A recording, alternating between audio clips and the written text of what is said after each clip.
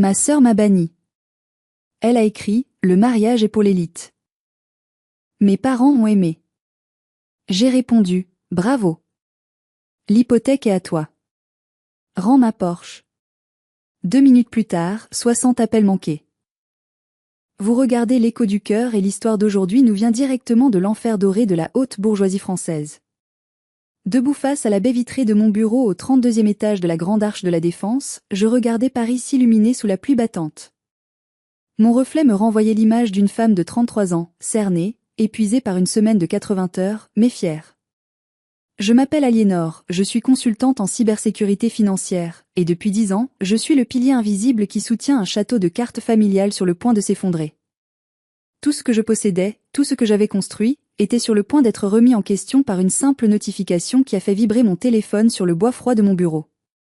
C'était un message dans le groupe WhatsApp familial, ironiquement baptisé la famille Bonheur. Le destinataire ? Ma petite sœur, Mélusine. Le contenu ? Une déclaration de guerre enrobée de soie et de venin.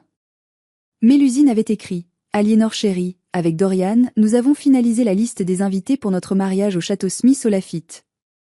C'est un événement très exclusif. Comme tu le sais, nous visons une esthétique all money, très élitiste. Honnêtement, ta présence avec ton style, disons bureaucrate parisienne, risquerait de détonner. C'est un mariage réservé à l'élite, ma chérie. On préfère que tu ne viennes pas envoie juste ton cadeau par virement.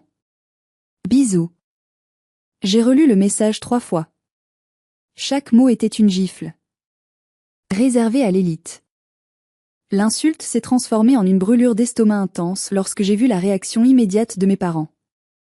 Ma mère, Domitille, a réagi avec un emoji cœur rouge. Mon père, Baudouin, a simplement ajouté un pouce en l'air. Pas un mot de défense. Pas une protestation. Il validait mon exclusion. Il validait mon humiliation. À cet instant précis, une clarté glaciale a envahi mon esprit. Pour eux, je n'étais qu'un carnet de chèques ambulant. Une ressource à exploiter, pas une fille à aimer. Avant de vous raconter comment j'ai transformé leur mariage d'élite en un cauchemar national, j'aimerais savoir qui est avec moi ce soir. Dites-moi dans les commentaires depuis quelle ville ou quel pays vous suivez cette histoire, et quelle heure est-il chez vous? J'adore voir à quel point notre communauté de justice est internationale. La douleur de ce message n'était pas seulement liée à l'exclusion. C'était le point culminant d'une décennie d'abus financiers et émotionnels. Alors que je fixais l'écran, une autre notification bancaire est apparue en haut de mon téléphone. Une transaction de 800 € au restaurant Le Pressoir d'Argent à Bordeaux. Ils étaient en train de fêter mon exclusion avec ma carte de crédit. Avec mon argent. J'ai senti la colère monter, non pas comme une flamme, mais comme une marée noire, froide et toxique. Ils pensaient que parce que j'étais calme, j'étais faible. Ils pensaient que parce que je payais, j'étais stupide. Ils avaient oublié que mon métier consiste à détecter les failles de sécurité et à neutraliser les menaces. Et ce soir-là, la menace, c'était ma propre famille. J'ai posé ma tasse de café froid. J'ai regardé les lumières de Paris, cette ville où je m'étais exilée pour travailler comme une forcenée afin de payer leurs caprices. Mélusine voulait une vie d'élite ? Très bien. Elle allait découvrir ce qu'il en coûte réellement de se mettre à dos la personne qui finance cette illusion. J'ai déverrouillé mon téléphone, mes doigts tremblant légèrement, non de peur, mais d'adrénaline pure. J'allais taper une réponse qui allait non seulement annuler un mariage, mais aussi détruire une dynastie de parasites. Mais pour que vous compreniez l'ampleur de ma rage, il faut que je vous emmène 10 ans en arrière. Il faut que vous voyiez les fondations pourries sur lesquelles ils ont bâti leur arrogance. Ce n'est pas juste une histoire d'argent. C'est l'histoire d'un vol d'âme. Tout n'a pas basculé ce soir-là. Les racines de cette exploitation remontent à 10 ans, au jour précis où j'ai touché mon tout premier salaire d'ingénieur junior. Je me souviens de la chaleur étouffante de cet après-midi d'été à Bordeaux. Ma mère, Domitille, m'avait fait asseoir à la grande table en chêne du salon, une pile de documents légaux devant elle. L'air était lourd, chargé d'une tension que je prenais naïvement pour de la solennité familiale. Elle m'a pris les mains, ses yeux bleus plongeant dans les miens avec cette intensité théâtrale qu'elle réservait aux grandes occasions. Aliénor, avait-elle dit, le domaine familial est en danger. Ton père a fait quelques erreurs d'investissement. Les banques ne nous font plus confiance. Mais toi, tu as un dossier vierge, un CDI à Paris. Tu es notre espoir. Elle m'a expliqué que je devais signer comme garante principale pour le refinancement de notre villa historique à Bordeaux. Elle a juré sur la tête de Mélusine que ce n'était qu'une formalité, que papa payerait les mensualités. J'avais 23 ans. Je voulais être la bonne fille. Je voulais qu'il soit fier de moi. Alors, j'ai signé. J'ai signé mon arrêt de mort financier sans même lire les petits caractères. Ce jour-là a créé un précédent dangereux. Mon travail acharné est devenu leur filet de sécurité. Mon père, Baudouin, s'est enfoncé dans une passivité coupable, laissant Domiti gérer les finances avec une incompétence royale. Tandis que je vivais dans un studio de 20 mètres carrés à Paris, mangeant des pâtes et comptant chaque centime pour payer mon loyer exorbitant, Mélusine, elle, vivait la grande vie à Bordeaux. Mélusine était l'enfant doré. La princesse. Elle a enchaîné les années sabbatiques pour se trouver, financée par l'argent que j'envoyais mensuellement pour aider aux charges. Elle a essayé une école de danse, puis une école de design, puis elle a décidé de devenir influenceuse lifestyle. Son compte Instagram était une vitrine de luxe, week-end à Biarritz, sac de créateur, soins en institut. Tout cela, payé indirectement par mes heures supplémentaires et mes nuits blanches devant des lignes de code. Je me souviens d'un Noël particulier. J'étais rentrée de Paris, épuisée, avec des cernes jusqu'au menton. J'avais apporté des cadeaux modestes mais réfléchis. En retour, Domiti m'avait offert un fer à repasser. Pour que tes chemises soient plus présentables au bureau, ma chérie. Tu te laisses aller. Mélusine, elle, avait reçu un bracelet Cartier. Quand j'ai osé demander pourquoi une telle différence, ma mère a ri, un rire cristallin et cruel. Oh Aliénor, ne sois pas jalouse. Mélusine a besoin de briller pour son image. Toi, tu es l'intello de la famille, tu n'as pas besoin de tout ça. C'était ça, ma place. L'intello. La banque. L'invisible. Au fil des années, j'ai racheté leurs dettes, payé les taxes foncières qui augmentaient sans cesse, et même financé la rénovation de la toiture de la villa. À chaque fois que j'essayais de dire non, Domiti jouait la carte de la culpabilité. Tu vas laisser tes parents à la rue? Après tout ce qu'on a fait pour toi? Quel sacrifice avait-il fait, exactement? Il m'avait donné la vie, certes, mais il me la reprenait centime par centime. Le pire n'était pas l'argent. C'était le mépris. Ils prenaient mon succès pour acquis tout en le dénigrant. Pour eux, mon travail dans la cybersécurité était ennuyeux, trop technique, pas assez glamour. Ils ne comprenaient pas que c'était mon intelligence qui maintenait le toit au-dessus de leur tête. Mélusine, du haut de ses 26 ans, n'avait jamais travaillé un seul jour de sa vie. Elle passait ses journées à faire du shopping et à poster des photos avec des légendes inspirantes sur le succès et l'abondance. L'ironie était si épaisse qu'on aurait pu la couper au couteau. Elle vivait dans une réalité alternative où l'argent poussait sur les arbres, ou plutôt, sortait magiquement du compte bancaire de sa sœur aînée. J'avais construit un mur autour de mon cœur pour survivre. Je me disais que c'était le devoir familial. Mais les murs ont des oreilles, et les fissures commençaient à apparaître. Je ne savais pas encore que ma générosité allait être l'arme qu'ils utiliseraient pour tenter de m'achever. La situation a atteint un point de non-retour il y a 3 semaines, bien avant ce fameux message. J'avais décidé de faire une visite surprise à Bordeaux. J'avais besoin de récupérer des documents administratifs et, peut-être, au fond de moi, j'espérais un moment de connexion familiale simple. Quelle erreur! Je suis arrivée devant la grille en fer forgé de la villa un samedi après-midi. Le soleil du sud-ouest était doux, l'air sentait le pin et la lavande. Mais mon sang s'est glacé en voyant ce qui trônait dans l'allée de gravier. Ma Porsche Panamera hybride. C'était mon seul luxe. Le seul cadeau que je m'étais offert après une promotion majeure l'année dernière. Je l'avais laissé à la villa pour que mon père puisse l'utiliser en cas d'urgence médicale ou de besoin impérieux, car leur vieille Peugeot tombait en ruine. J'avais été très claire, c'est la voiture de papa. Personne d'autre ne l'a conduit. Mais ce jour-là, la voiture n'était pas conduite par mon père. Les portières étaient grandes ouvertes, la musique techno boom boom faisait vibrer les vitres. À l'intérieur, installés comme des rois, se trouvaient Mélusine et son fiancé, Dorian. Dorian. Un homme de 28 ans aux allures de playboy de seconde zone, qui prétendait être entrepreneur en série mais dont les seules entreprises réussies étaient celles qui dépensaient l'argent des autres. Je me suis approchée en silence. J'ai vu les pieds de Dorian, chaussés de baskets sales, posés directement sur le tableau de bord en cuir beige crème. Mélusine était sur le siège conducteur, une cigarette électronique à la main, recrachant une vapeur épaisse et douceâtre à l'intérieur de l'habitacle. « C'est quoi ce bordel » ai-je hurlé, ma voix brisant leur petite bulle narcissique. Ils ont sursauté. Mélusine a levé les yeux vers moi, non pas avec de la culpabilité, mais avec un agacement pur. « Oh, t'es là, toi ? Tu nous as fait peur. Sortez de ma voiture.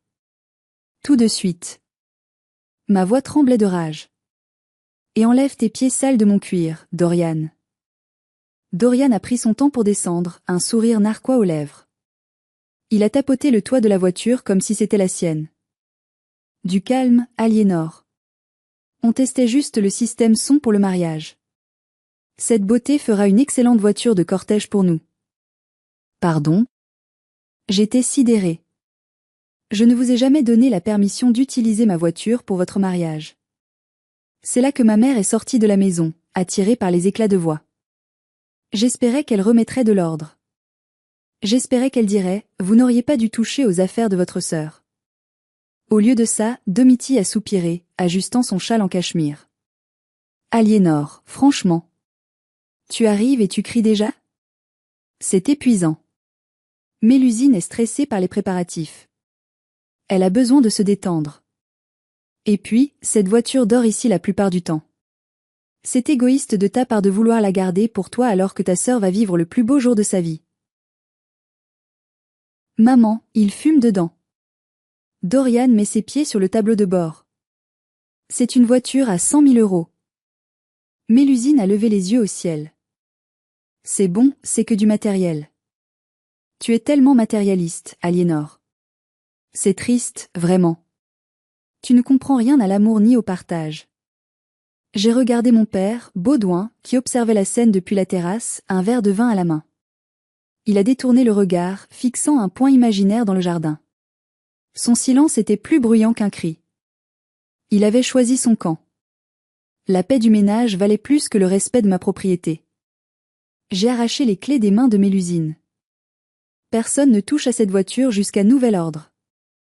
C'est clair ? Dorian a ricané en passant son bras autour de la taille de ma sœur. T'inquiète bébé, on trouvera mieux. Ta sœur a juste besoin d'un coup. C'est la frustration qui parle. Ils sont rentrés dans la maison en riant, me laissant seule dans l'allée, les mains crispées sur mes clés, avec l'odeur de vapeur synthétique qui s'échappait de mon habitacle. Je me sentais sale. Violée dans mon intimité. Mais je ne savais pas encore que cette violation physique n'était qu'un prélude à une violation bien plus grave, numérique et irréversible. Retour au présent. La pluie battait toujours contre les vitres de mon bureau à la Défense.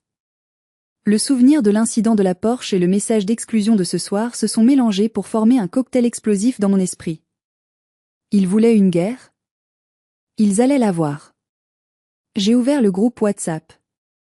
Mes doigts volaient sur le clavier virtuel. Je ne voulais pas être vulgaire. Je voulais être chirurgicale. Je voulais que chaque mot soit un coup de scalpel tranchant les liens financiers qui nous unissaient. J'ai tapé « Félicitations pour votre mariage d'élite. Si votre événement est réservé à la haute société, alors moi, la simple employée de bureau qui finance vos vies depuis 10 ans, je n'ai effectivement pas ma place. Puisque vous êtes si riche et si sélect, j'imagine que vous n'avez plus besoin de mon argent sale. À partir de cette seconde, l'hypothèque de la villa, les taxes foncières et les factures de vos cartes de crédit sont entièrement à votre charge. Ah, et Dorian, dis à Mélusine de me rendre les clés de ma Porsche et de vider ma maison avant midi demain. Adieu. Envoyé. J'ai immédiatement quitté le groupe. Puis j'ai bloqué Mélusine. Bloqué maman. Bloqué papa. Bloqué Dorian. Le silence qui a suivi a duré exactement 2 minutes. Puis, mon téléphone s'est transformé en arbre de Noël. L'écran s'allumait frénétiquement. Appel masqué. Appel masqué. Appel de Fix Villa. 10 appels. 20 appels. 50 appels manqués en moins de 10 minutes.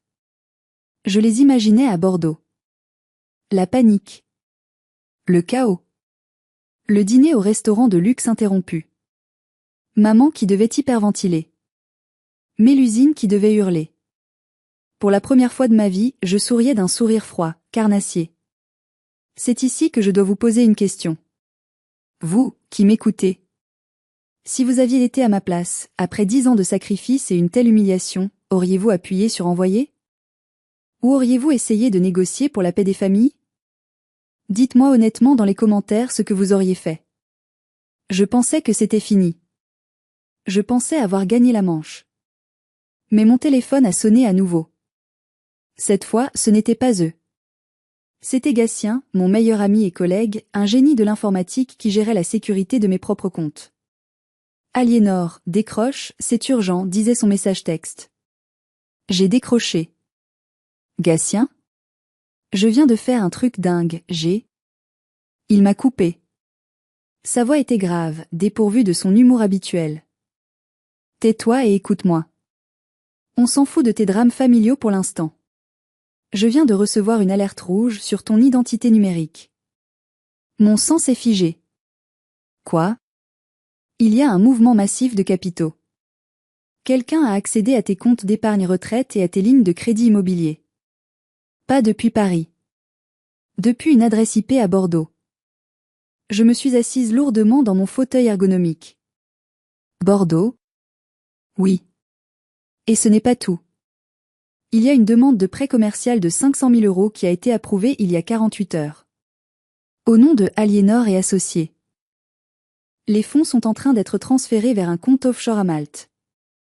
Je n'ai jamais demandé ce prêt, ai-je chuchoté, la gorge serrée. Je sais, a répondu Gatien. Mais les documents portent ta signature électronique. Une signature parfaite.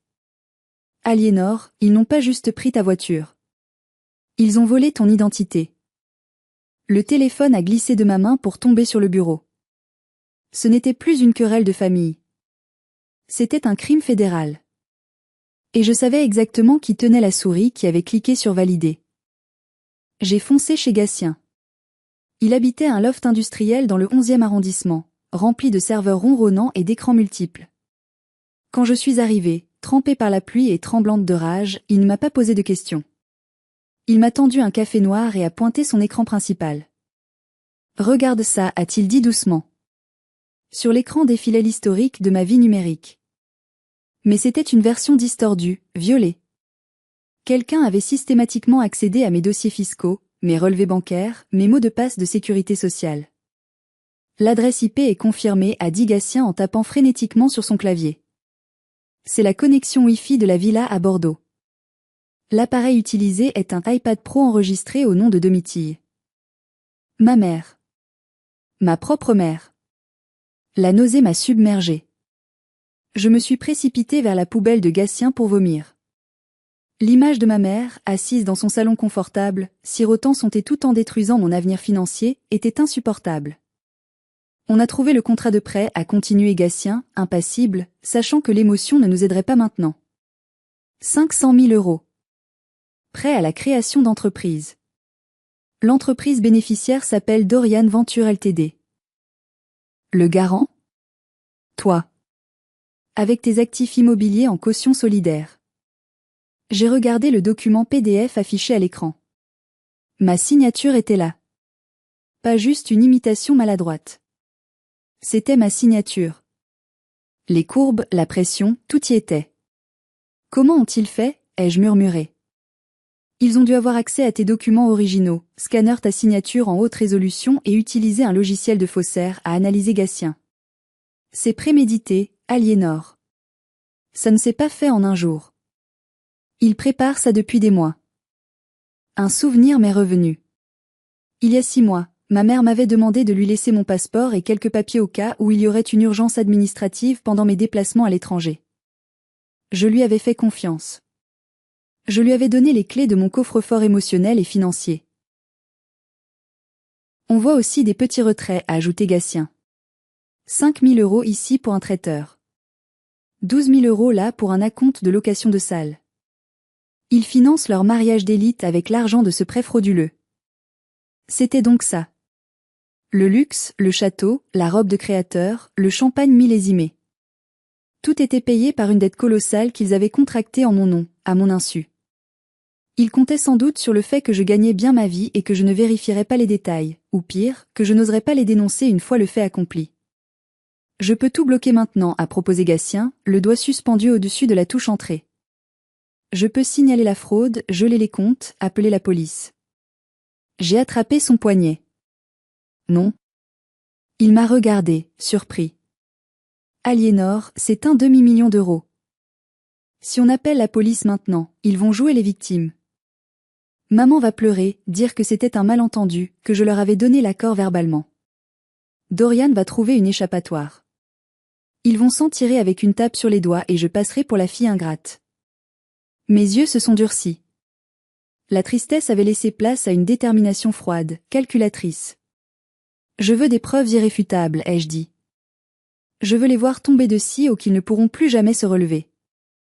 Je veux qu'ils soient humiliés publiquement, au moment exact où ils se sentiront les plus invincibles. Qu'est-ce que tu vas faire ? A demandé Gatien. Je vais à Bordeaux. Ce soir. Et je vais cambrioler ma propre maison. J'ai pris le premier TGV pour Bordeaux à 5h58 du matin. Je n'ai pas pris ma voiture de fonction, je voulais être invisible. Casquette vissée sur la tête, lunettes noires, masque chirurgical. Je ressemblais à n'importe quel voyageur anonyme fuyant la capitale. Le trajet a duré 2 heures, mais dans ma tête, c'était une éternité. Chaque kilomètre me rapprochait de la scène du crime. Arrivé à la gare Saint-Jean, j'ai pris un taxi et je me suis fait déposer à 2 rues de la villa familiale. Il était 9 heures. Je connaissais leur emploi du temps par cœur. Le samedi matin, maman et Mélusine allaient au spa ou faire les boutiques. Papa allait au golf. La maison serait vide. Je me suis glissée par la porte du jardin, dont la serrure était défectueuse depuis des années, une autre chose qui n'avait jamais fait réparer malgré mon argent. La maison était silencieuse, mais elle puait le luxe ostentatoire. Des sacs de shopping de marque de luxe traînaient dans l'entrée. Je suis montée directement au bureau de mon père. L'odeur de vieux tabac et de cire à bois m'a assailli. Je me suis dirigée vers le vieux coffre-fort caché derrière une reproduction bon marché d'un tableau de Monet. La combinaison ? Je l'ai devinée du premier coup, la date de naissance de Mélusine. Bien sûr. Le coffre s'est ouvert avec un déclic satisfaisant.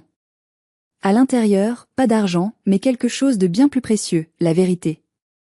J'ai trouvé une chemise cartonnée rouge. À l'intérieur, des dizaines de feuilles de papier calque. Sur chacune d'elles, ma signature était reproduite encore et encore.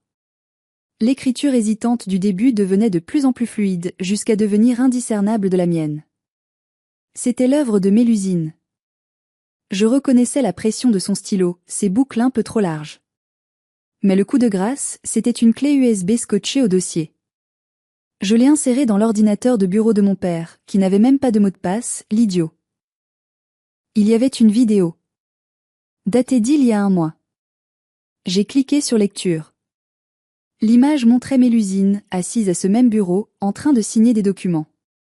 Dorian était derrière elle, lui massant les épaules. Applique-toi, bébé, disait la voix de Dorian. C'est 500 briques qui sont au bout du stylo. Mélusine riait. Un rire léger, insouciant. C'est trop facile. Aliénor est tellement prévisible avec sa signature de vieille fille. Regarde ça, c'est parfait. Maman est entrée dans le champ de la caméra avec un plateau de champagne. Allez les enfants, on fête ça. Une fois le prêt débloqué, on réserve le château. J'ai senti mes genoux lâcher. Ce n'était pas juste un vol. C'était un spectacle. Il riait de moi. Il célébrait ma destruction financière avec du champagne. Il m'avait déshumanisé au point de faire de mon identité un jeu de société. J'ai copié tous les fichiers sur mon disque dur externe crypté. J'ai pris des photos des feuilles de calque. Mes mains ne tremblaient plus. J'étais en mode pilote automatique. Soudain, le bruit des graviers crissant sous des pneus dans l'allée m'a figé. Ils étaient rentrés plus tôt. J'ai entendu la voix perçante de Mélusine dans le hall d'entrée. C'est une catastrophe. Aliénor a bloqué ses cartes. Comment on va payer le traiteur ce midi ? Je n'avais pas le temps de sortir. J'ai couru vers mon ancienne chambre qui servait maintenant de dressing pour les tenues de soirée de Mélusine et je me suis cachée dans le grand placard en chêne, derrière une rangée de robes de soirée à paillettes. Mon cœur battait si fort que j'avais peur qu'il l'entende à travers les portes du placard. L'obscurité du placard sentait la lavande et le parfum coûteux de ma sœur. J'ai retenu mon souffle, collant mon oreille contre le bois. Les voix se rapprochaient. Ils sont entrés dans la chambre. Ne t'inquiète pas ma puce, disait la voix apaisante de ma mère. Aliénor fait juste une crise de nerfs. Elle est jalouse, c'est tout. Elle est seule, vieille fille, aigrie. Elle veut gâcher ton bonheur parce qu'elle n'en a pas. Mais maman, pleurnichait Mélusine. Elle a dit qu'elle allait reprendre la maison. Et la voiture? Si elle fait ça, je passe pour quoi devant mes amis? Elle ne fera rien du tout, intervint la voix de Dorian, arrogante. On a le prêt. L'argent est sur mon compte à Malte. Même si elle bloque ses cartes perso, on a de quoi tenir. Et pour la maison, tes parents ont l'usufruit moral. Elle n'osera pas les mettre dehors. Elle tient trop à son image de fille parfaite. Mon père a grogné. Faudrait quand même qu'elle signe ce dernier papier pour l'assurance du prêt. Si elle refuse, la banque pourrait poser des questions. On imitera sa signature encore une fois, a dit Mélusine avec désinvolture. Personne n'y verra que du feu. C'en était trop. La rage a pris le dessus sur la prudence. J'ai donné un coup de pied violent dans la porte du placard. Elle s'est ouverte avec fracas, faisant sursauter les 3 conspirateurs. Je suis sorti de l'ombre, les cheveux en bataille, le visage pâle et les yeux brûlants. Ils ont reculé comme s'ils avaient vu un fantôme. Aliénor, a bégayé ma mère, sa main portant à sa gorge. Qu'est-ce que tu fais là? Tu nous espionnes? Je suis chez moi, ai-je dit d'une voix qui ressemblait à un grondement sourd. Dans la maison que je paie. Et je viens d'entendre chaque mot de votre petit plan criminel. J'ai levé la clé USB bien haut. J'ai tout. Les signatures falsifiées. La vidéo de vous en train de rire en volant mon nom. Le contrat de prêt frauduleux. Le visage de Dorian est passé du bronzage artificiel à un gris cendre. Mélusine a commencé à trembler. Mais ma mère a réagi avec une agressivité que je n'avais jamais vue. Elle s'est jetée sur moi pour essayer d'arracher la clé USB. Donne-moi ça. Tu n'as pas le droit. Tu es une ingrate. On a fait ça pour la famille. J'ai esquivé son assaut. Pour la famille? Vous m'avez vendu pour 500 000 €. C'est un investissement, a crié Dorian, essayant de bloquer la porte de la chambre. Écoute Aliénor, on peut s'arranger. Je te donnerai des parts dans ma société. On. Ferme-la, ai-je hurlé. Toi, tu es fini. Et vous? J'ai regardé mes parents. Vous avez choisi votre camp. Vous avez choisi le mensonge. Maintenant, assumez. Mélusine s'est effondrée en larmes, une comédie grotesque. Tu vas gâcher mon mariage. Tu es un monstre. Je suis enceinte, tu ne peux pas me faire ça. J'ai marqué un temps d'arrêt. Enceinte? Ma mère m'a regardée avec triomphe. Tu vois? Tu vas envoyer ta sœur enceinte et ton neveu en prison? Pendant une seconde, j'ai vacillé. L'habitude de 10 ans de culpabilité a failli reprendre le dessus. Mais ensuite, j'ai repensé à la vidéo. À leur rire. Au mépris. Si elle est enceinte, ai-je dit froidement, alors j'espère que l'enfant apprendra à ne pas voler sa famille. La grossesse n'est pas une immunité contre le code pénal. J'ai profité de leur stupeur pour bousculer Dorian et courir vers l'escalier. Si vous essayez de m'arrêter, ai-je crié en descendant les marches 4 à 4, j'envoie tout à la police instantanément. J'ai configuré un envoi automatique si je ne rentre pas un code dans 5 minutes. C'était un mensonge, mais ça a marché. Ils sont restés figés en haut de l'escalier. Je suis sorti de la villa en courant, sous la pluie, serrant la clé USB contre mon cœur comme si c'était ma vie elle-même. Et d'une certaine manière, c'était le cas. De retour à Paris, je n'ai pas dormi. La machine de guerre était lancée. J'ai contacté Maître Stanislas, un avocat réputé pour être un requin dans les affaires de droit familial et financier. Quand il a vu les preuves, il a sifflé d'admiration. C'est un dossier en béton armé, mademoiselle, a-t-il dit en ajustant ses lunettes en écaille. Faux et usage de faux, usurpation d'identité, escroquerie en bande organisée. On peut les envoyer derrière les barreaux pour 5 ans minimum. Je ne veux pas juste qu'ils aillent en prison, ai-je répondu. Je veux récupérer mon argent. Et je veux qu'ils perdent tout ce qu'ils aiment le plus, leur image. Nous avons mis au point un plan en 3 étapes.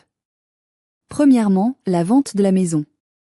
Puisque j'étais l'unique propriétaire légal, j'ai contacté une société d'investissement immobilier spécialisée dans les achats rapides. J'ai vendu la villa de Bordeaux à 20% en dessous du prix du marché pour une vente cash en 48 heures. La seule condition ?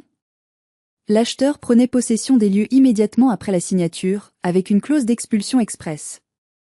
Deuxièmement, le piège financier. Nous n'avons pas bloqué le prêt frauduleux tout de suite.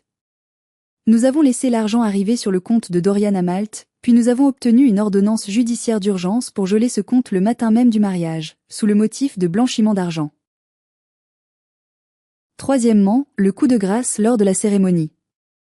Pendant les 3 jours précédant le mariage, mon téléphone n'a cessé de sonner. Des messages de menaces de Dorian. Des messages de supplication de maman. Des photos d'échographie envoyées par Mélusine, qui s'est avérée être une photo téléchargée sur Google Images, comme Gatien l'a rapidement découvert. Je n'ai répondu à rien. J'étais le calme au centre de l'ouragan. Le jour J est arrivé. Samedi. Le soleil brillait sur le château Smith au Laffitte. J'étais assise dans mon appartement parisien, un verre de chardonnay à la main, devant mon iPad. Mélusine, dans son narcissisme absolu, avait décidé de diffuser la cérémonie en direct sur Instagram et Facebook pour ses fans. « Tu es prête ?» m'a demandé Gatien, assis à côté de moi avec son ordinateur portable ouvert. Sur l'écran, je voyais les invités arriver. Des femmes en chapeau extravagant, des hommes en costume de lin. C'était bien le mariage d'élite dont elle rêvait. Tout le gratin bordelais était là. J'ai vu ma Porsche arriver, décorée de rubans blancs, conduite par Dorian. Il klaxonnait, saluant la foule comme un roi. Mélusine est sortie, sublime dans une robe Vera Wang que j'avais sans doute payée avec ma ligne de crédit volée. Ils ont l'air si heureux, a murmuré Gatien. Ils pensent vraiment qu'ils s'en sont sortis. Profitez bien, ai-je chuchoté à l'écran. C'est votre dernière heure de liberté. J'ai regardé l'heure. 14h55, la cérémonie commençait à 15h. Maître Stanislas est en position, ai-je demandé. Oui, a répondu Gatien. L'huissier et la police sont à l'entrée du domaine. Ils attendent ton signal. J'ai pris une gorgée de vin. Le goût était doux, mais ma vengeance allait être amère. Lance le protocole, ai-je ordonné. La cérémonie se déroulait dans les jardins du château, au milieu des vignes. C'était magnifique, je dois l'admettre. Un violoniste jouait du Vivaldi. Mélusine avançait vers l'autel, un sourire radieux aux lèvres. Mon père la conduisait, gonflé de fierté paternelle mal placée. Au moment où le prêtre a commencé son sermon, j'ai fait un signe de tête à Gatien. Il a appuyé sur une touche. Sur l'écran, j'ai vu la tête des invités se tourner brusquement vers la gauche. La Porsche Panamera, garée juste derrière l'autel pour servir de toile de fond instagrammable, s'est mise à hurler. L'alarme anti-vol, que j'avais déclenchée à distance via l'application constructeur, résonnait comme une sirène de raid aérien. Les phares clignotaient frénétiquement. Dorian a lâché la main de Mélusine pour courir vers la voiture, fouillant ses poches pour la clé. Mais la clé ne fonctionnait plus. J'avais changé les codes d'accès numérique. La voiture était devenue une brique hurlante de 2 tonnes. Le prêtre a dû s'arrêter, sa voix couverte par le vacarme. Simultanément, les téléphones de Dorian et Mélusine, qu'ils gardaient sur eux, évidemment, se sont mis à vibrer d'alerte. Mais le plus beau, c'était le directeur du château qui s'est approché de l'autel, l'air grave. Le micro du prêtre a capté l'échange, pour le plus grand plaisir des 5000 spectateurs du live. Monsieur, a dit le directeur à Dorian, je suis navré d'interrompre, mais le paiement final de 40 000 € vient d'être rejeté. Toutes vos cartes sont déclinées. Nous ne pouvons pas servir le dîner sans règlement immédiat. Le visage de Dorian s'est décomposé en direct. C'est une erreur. Réessayez. Nous avons essayé 5 cartes, monsieur. Elles sont toutes signalées comme frauduleuses ou volées point. La foule commençait à murmurer. Les élites n'aiment pas le scandale. Je voyais ma mère s'éventer frénétiquement, le visage rouge brique. Gatien a lancé la phase finale. Un bot a inondé le chat du Livestream avec un lien unique. Le message disait « La vérité sur le financement de ce mariage, dossier de fraude ici ». Les invités dans la salle, qui regardaient leur téléphone, ont commencé à cliquer. Le lien menait à un dossier public contenant les preuves des fausses signatures et le document de prêt. En quelques secondes, l'atmosphère est passée de la célébration à l'accusation. Les regards se sont braqués sur les mariés. Mélusine a arraché le téléphone des mains de son témoin qui filmait. Elle a hurlé face à la caméra, le visage déformé par la haine. « Aliénor. Je sais que c'est toi. Espèce de salope jalouse. Arrête ça tout de suite. » J'ai souri. Jamais. J'ai composé son numéro.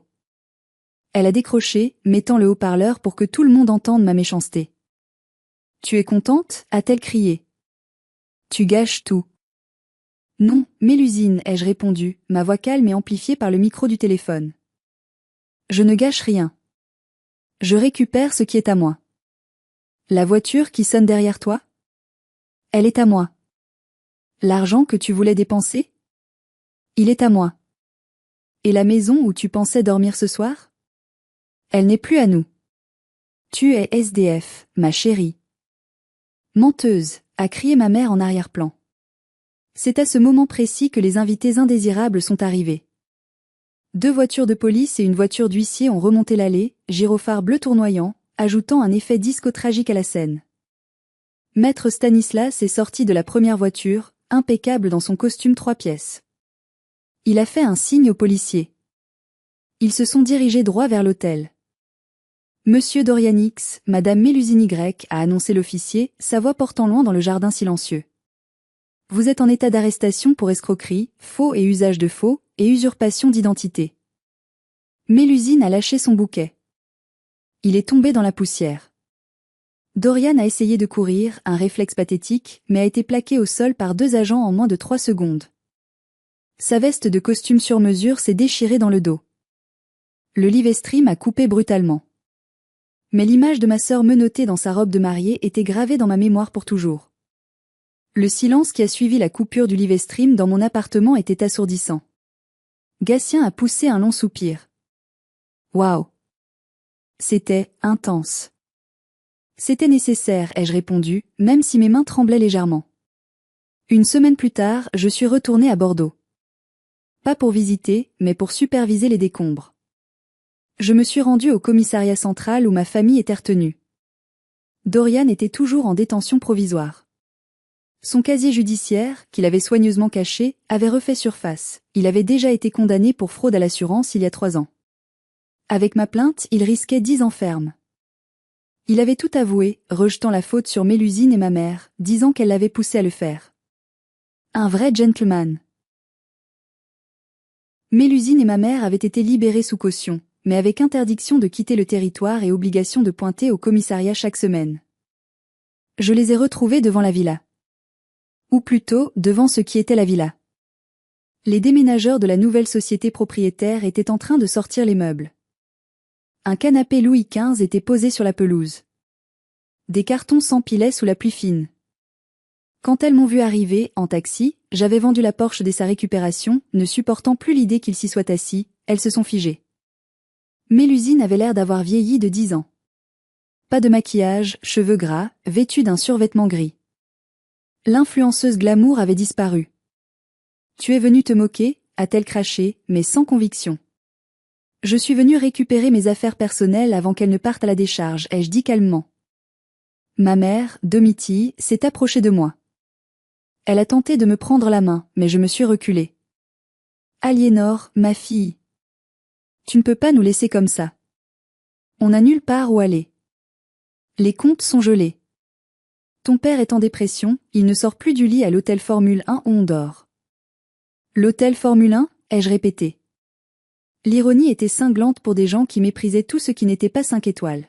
« S'il te plaît » a supplié ma mère, des larmes coulant sur ses joues poudrées à la hâte. « Retire ta plainte. On te remboursera.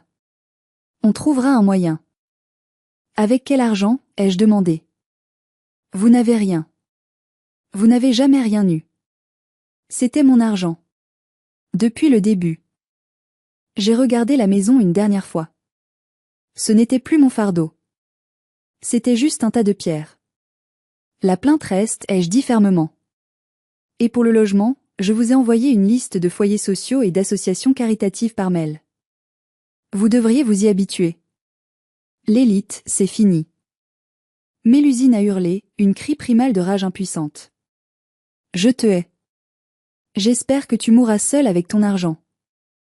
Je l'ai regardé droit dans les yeux. Mieux vaut être seul avec sa dignité qu'entouré de parasites. J'ai tourné les talons. Je n'ai pas pris mes affaires finalement. Je voulais repartir à zéro.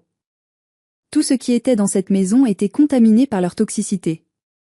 Les mois qui ont suivi ont été une lente descente aux enfers pour eux, et une renaissance pour moi. Le procès a été rapide et brutal. Les preuves étaient trop accablantes. Dorian a pris 4 ans de prison ferme. Sa carrière d'entrepreneur est terminée à vie. Mélusine a été condamnée à 18 mois avec sursis, et une obligation de travailler pour rembourser les dettes civiles. L'ironie du sort a voulu qu'elle trouve un emploi de serveuse dans une chaîne de restauration rapide, le seul endroit qui acceptait d'embaucher quelqu'un avec un casier judiciaire pour fraude. Fini les photos de brunch à l'avocat, maintenant, elle servait des frites à des clients impatients. Ses fans l'ont abandonnée dès que le scandale a éclaté. Mes parents ont été expulsés de leur réalité dorée. Ils vivent maintenant dans un petit HLM en banlieue de Bordeaux. Mon père a dû reprendre un travail de gardien de nuit à 63 ans pour payer les factures. Ma mère, elle, a perdu tous ses amis de la haute société. Personne ne veut fréquenter une femme condamnée pour avoir volé sa propre fille.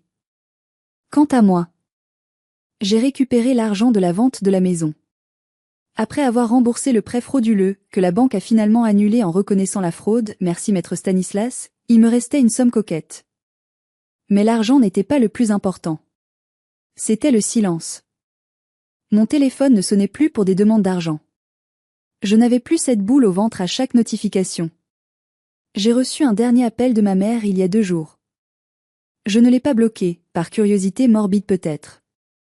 Aliénor, a-t-elle dit, la voix brisée. C'est l'anniversaire de ton père demain.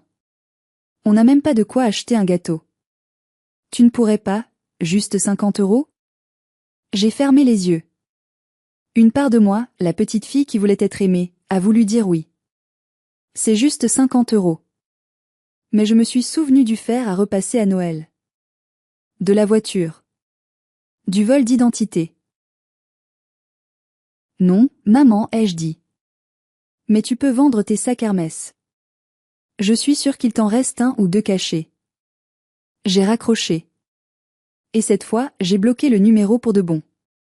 C'est une sensation étrange de devenir orpheline alors que ses parents sont encore en vie. Mais j'ai réalisé que j'étais orpheline depuis longtemps. J'étais juste la seule à ne pas le savoir. Aujourd'hui, je suis assise à la terrasse d'un café à Montmartre. Le printemps est arrivé à Paris. J'ai démissionné de mon poste stressant à la Défense. Avec mes économies et mes compétences, j'ai lancé ma propre agence de conseil en cybersécurité pour les particuliers victimes de fraude familiale. Ironique, n'est-ce pas? J'aide des gens comme moi. Des gens qui se font voler par ceux qui sont censés les protéger. J'ai acheté un petit appartement, rien de luxueux, mais il est à moi. Vraiment à moi. La clé n'ouvre que ma porte et personne d'autre n'en a le double. Gatien est devenu mon associé. Et peut-être un peu plus que ça. Nous prenons notre temps.